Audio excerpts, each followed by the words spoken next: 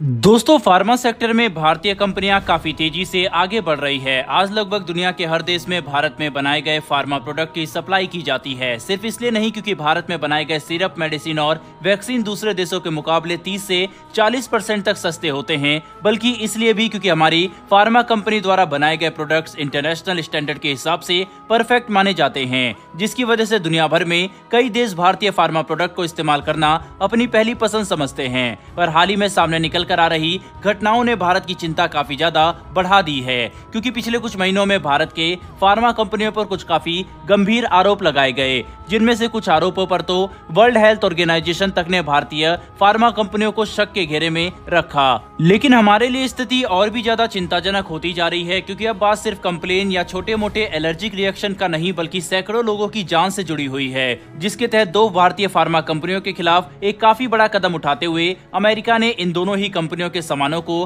भारत वापस भेजने का फैसला लिया। और जिस तरह की रिपोर्ट्स अमेरिका से निकलकर सामने आ रही है, इस बात में कोई भी शक नहीं है कि आने वाले समय में इन्हें ब्लैकलिस्ट भी कर दिया जाएगा। दरअसल दोस्तों, अमेरिका से काफी चिंताजनक रिपोर्ट्स निकलकर सामने आ रही है, जिसके तहत दो भारतीय फार्मा कंपनियां, जिनमें एक ग्लोबल फार्मा तो दूसरी सन फार्मा है, इनके द्वारा बनाए गए आई ड्रॉप और दवाइयों की वजह से अमेरिका में लोगों की जान जाने का खतरा है। साथ ही जो आई ड्रॉप भारत से अमेरिकन मार्केट में सप्लाई किए जा रही थी, उसके कंटेनर के अंदर बैक्टीरिया पाए गए हैं, जो इंसानों की आंखों के लिए बहुत ही ज्यादा खतरनाक साबित हो सकते हैं। यहाँ तक कि इसके इस्तेमाल से लोगों की आंखों की रोशनी भी जा सकती है, जिससे आप समझ सकते हैं कि इन दोनों ही कंपनियों पर कितने गंभीर आरोप लगाए गए हैं। जिसके बाद जैसे ही अमेरिकन लोगों की तरफ से इन दवाइयों और आई ड्रॉप्स के खिलाफ कंप्लेन सामने आई, अमेरिकन एजेंसियों ने तुरंत हरकत में आकर भारतीय दवाइयों को लैब टेस्ट के लिए भेज दिया, जहां पर इनमें काफी भारी कमियां पाई गई हैं। दरअसल ग्लोबल फार्मा अमेरिका में आई ड्रॉप सप्लाई कर रही थी, जबकि सन फार्मा अमेरिका में इरेगुलर हार्ट बीट को ठीक करने वाली लाइफ सेविंग ड्रग सप्लाई करता था।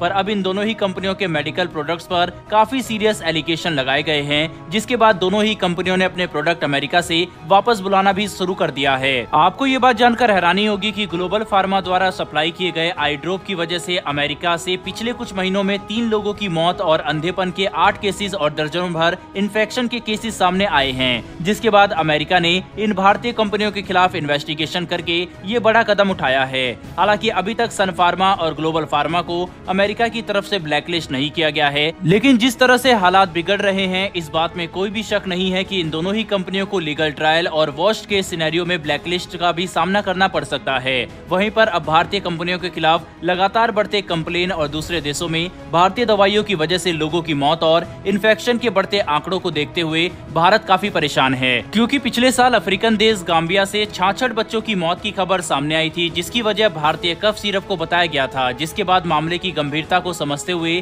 WHO ने कई भारतीय फार्मा कंपनियों के खिलाफ एक अलर्ट जारी किया, ताकि ऐसी घटनाएं दोबारा न हो। लेकिन दुर्भाग्य से ऐसी ही एक सिमिलर घटना उज्बेकिस्तान में भी हुई, जहां पर लगभग 18 बच्चों की मौत का कारण भी भारतीय कफ सिरप को बताया गया। जिसके बाद दुनिया भर के देश भारत की तरफ से एक्सपोर्ट किए जाने वाले मेडिकल प्रोडक्ट्स और वैक्सीन की सप्लाई को लेकर काफी अलर्ट हो गए, जिस पर एक्शन लेते हुए दिसंबर 2022 में नेपाल ने भी लगभग 16 भारतीय फार्मा कंपनियों से मेडिकल प्रोडक्ट के इंपोर्ट पर प्रतिबंध लगा दिया था, जिसकी वजह नेपाल ने क्वालिटी और WHO द्वारा दिए गए गुड्स प्रोडक्शन प्रोटोकॉल का पालन न किया जाना बताया, जो अब अमेरिका की तरफ से सामने आ रही घटनाओं के बाद भारत के लिए एक ऐसी परेशानी बन गई है, जिसे हम 1% भी नजरअंदाज नहीं कर सकते, क्योंकि यहाँ पर मामला सिर्फ हमारे एक्सपोर्ट या अर्थव्यवस्था का नहीं, बल्कि लोगों की जान से भी जुड़ा हुआ है। वहीं पर एक और ध्यान देने वाली बात यह है कि साल 2014 के बाद आज तक हमारा फार्मा एक्सपोर्ट 103% तक बढ़ा है, जिसके तहत प्रेस इंफॉर्मेशन ब्यूरो की तरफ से सामने आए लेटेस्ट आंकड़ों ने इस बात का खुलासा किया है कि साल 2013 से 14 में